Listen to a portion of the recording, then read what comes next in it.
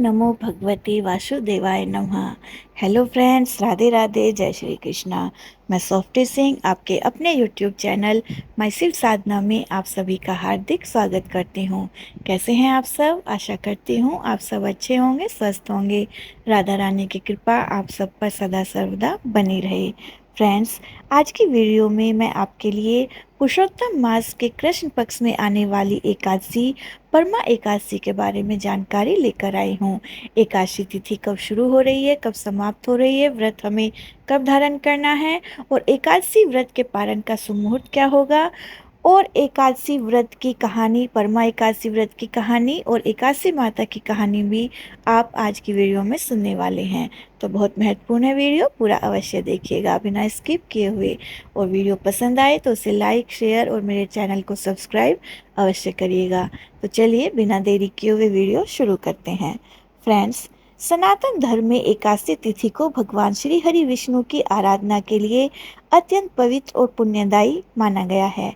प्रत्येक माह में आने वाली एकादशी भक्तों को आत्मशुद्धि और भक्ति का संदेश देती है, लेकिन जब अधिक मास में आने वाली परमा एकादशी का अवसर आता है तब इसका महत्व और भी बढ़ जाता है।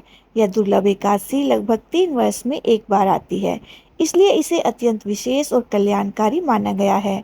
परमा शब्द का अर्थ होता है सर्वोत्तम अथवा श्रेष्ठ। इसी कारण इस एकादशी को सभी एकादशियों में विशेष फलदायी माना गया है। ऐसी मान्यता है कि जो व्यक्ति श्रद्धा और नियम पूर्वक इस व्रत का पालन करता है उसे अश्वमेध यज्ञ के समान पुण्य फल प्राप्त होता है। भगवान श्री कृष्ण ने अर्जुन से कहा था, जो भक्त इस दिन भगवान विष्णु व माता लक्ष्मी की आराधना करता है उसे मृत्यु के पश्चात वैकुंठ धाम की प्राप्ति होती है। आइए अब हम जानते हैं एकादशी तिथि की सही तिथि के बारे में। एकादशी तिथि शुरू हो रही है 10 जून 2026 की रात 12:58 पर और एकादशी तिथि समाप्त हो रही है 11 जून 2026 की रात्रि 10:37 पर। ऐसे में उदया तिथि के अनुसार परमा एकादशी व्रत 11 जून 2026 दिन गुरुवार को रखा जाएगा और एकादशी व्रत का पालन करेंगे 12 जून शुक्रवार को सुबह 5:23 से लेकर सुबह 8:10 तक। 11 जून को पूजा का सुमुहूर्त होगा सुबह 10:36 से लेकर दोपहर 2:05 तक। फ्रेंड्स, अब हम जानते हैं एकादशी व्रत की पूजा विधि के बारे में। इस पावन दिन सुबह ब्रह्म मुहूर्त में उठकर स्नान आदि से निर्वत होकर व्रत का संकल्प लेना चाहिए। सूर्य भगवान को अर्घ्य दें। इसके बाद घर के मंदिर या पूजा स्थल को शुद्ध करके भगवान विष्णु व माता लक्ष्मी की मूर्ति या प्रतिमा स्थापित करें। भगवान को पीले पुष्प, धूप, दीप, चंदन, पंचामृत और फल अर्पित करें। श्री हरि को पीले रंग की मिठाई का भोग लगाएं तथा उसमें तुलसी दल अवश्य रखें। पूजा के पश्चात परमा एकादशी व्रत कथा को श्रवण करें तथा विष्णु सहस्र नाम का पाठ करें। ओम नमः भगवते वासुदेवाय नमः मंत्र का जाप करें। धार्मिक मान्यता के अनुसार इस रात्रि जागरण का विशेष महत्व है। भक्तजन भजन कीर्तन, मंत्र जाप और भगवान के ध्यान में रात्रि व्यतीत करें। परमा एकादशी पर ब्राह्मणों, जरूरतमंदों अथवा दीनहीन असहाय लोगों को भोजन एवं दान दक्षिणा देकर अगले दिन शुभ मुहूर्त में व्रत का पालन करें। तो ये थी एकादशी व्रत की पूजा विधि। अब मैं परमा एकादशी की व्रत कथा का पाठ करने जा रही हूँ, आप प्रेम पूर्वक सुनिए। प्राचीन काल में काम्पिल्य नगर में सुमेधा नाम का एक अत्यंत धर्मात्मा ब्राह्मण अपनी पत्नी पवित्रा के साथ रहता था। पवित्रा बहुत ही पतिव्रता और शांत स्वभाव की स्त्री थी। हालांकि वे दोनों बहुत ही नेक थे, लेकिन पूर्व जन्म के किसी पाप के कारण उन्हें घोर निर्धनता का सामना करना पड़ता था। कई बार उन्हें भूखा तक सोना पड़ता था। फिर भी वे अपने द्वार पर आए किसी भी अतिथि को खाली हाथ नहीं जाने देते थे। अपनी गरीबी और कष्टों से तंग आकर एक दिन सुमेधा ने अपनी पत्नी से धन कमाने के लिए परदेश जाने की अनुमति मांगी। इस पर पतिव्रता पवित्रा ने उन्हें समझाया कि मनुष्य को जो कुछ भी मिलता है वह उसके भाग्य और पूर्व जन्म के कर्मों का फल होता है, इसलिए उन्हें अपने ही स्थान पर रहकर ईश्वर की भक्ति करनी चाहिए। कुछ समय बाद उनके घर महर्षि कौंडिन्य पधारे। ब्राह्मण दंपति ने पूरी श्रद्धा के साथ मुनि का आदर सत्कार किया और अपनी घोर दरिद्रता दूर करने का उपाय पूछा। तब महर्षि कौंडिन्य ने उनको बताया कि प्रत्येक 3 वर्ष में आने वाले अधिक मास के कृष्ण पक्ष में परमा एकादशी का व्रत आता है। यह एकादशी समस्त पापों को नाश करने वाली और दरिद्रता को मिटाने वाली है। महर्षि के बताए अनुसार सुमेधा और उनकी पत्नी पवित्रा ने विधि विधान से परमा एकादशी का व्रत रखा, रात्रि जागरण किया और भगवान विष्णु की पूजा की। इस व्रत के प्रभाव से उनके सारे कष्ट और गरीबी दूर हो गई। उन्हें धन धान्य की प्राप्ति हुई और जीवन के अंत में वे बैकुंठ धाम को सिधारे।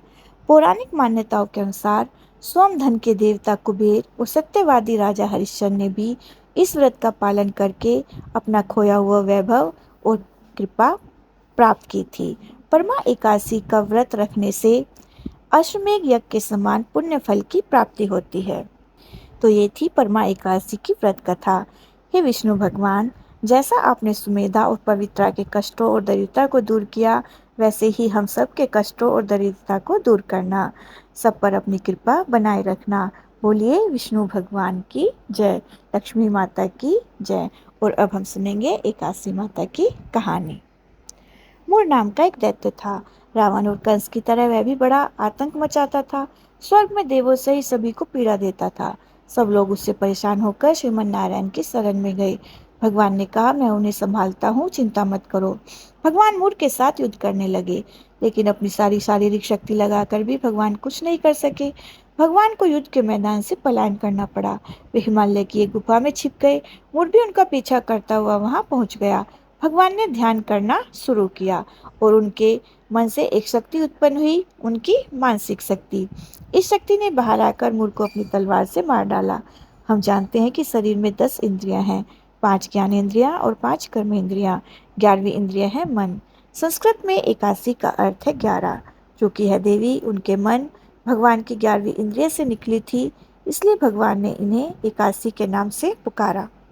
एकादशी माता की उत्पत्ति का दिन उनके नाम से ही जाना जाने लगा।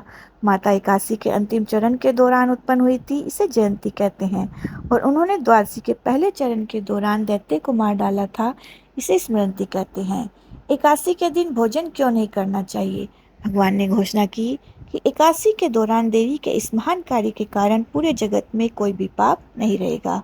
लेकिन पाप तो पहले से ही है। जब उसने यह सुना, पाप पुरुष आश्रय की तलाश में इधर उधर भागने लगा। एकादशी के दौरान वह कहाँ रहेगा? फिर जहाँ भी गया सभी ने उसे आश्रय देने से इनकार कर दिया। अंत में अन्न यानी भोजन एकादशी के दौरान उन्हें आश्रय देने के लिए सहमत हुआ। एकादशी के दौरान सभी पाप भोजन में आश्रय लेते हैं। जो कोई एकादशी के दौरान भोजन करता है, ये पाप उस व्यक्ति में प्रवेश करेंगे और रोग समस्या, हानि, परेशानी इत्यादि बन जाएंगे। एकादशी देवी को भगवान विष्णु की कन्या भी कहा जाता है, क्योंकि यह भगवान की मानस पुत्री है। उनकी मूर्ति पुरी जगन्नाथ मंदिर और द्वारका धाम में है। भगवान के धर्म की रक्षा के लिए जितने भी अवतार हैं, वे सभी एकादशी के दिन ही हुए हैं, इसलिए यह इतना पवित्र दिन है। तो ये थी एकादशी माता की कहानी। प्रेम से बोलिए एकादशी माता की जय। फ्रेंड्स, वीडियो पसंद आए तो प्लीज़ वीडियो को लाइक करें, शेयर करें और मेरे चैनल को सब्सक्राइब करके बेल आइकन को प्रेस करें, ताकि आने वाली वीडियो का नोटिफिकेशन आपको सही समय पर प्राप्त हो सके। आप सभी को परमा एकादशी की बहुत बहुत शुभकामनाएं। मिलती हूँ मैं आपसे अगली वीडियो में, तब तक के लिए नमस्कार। राधे राधे, जय श्री कृष्ण।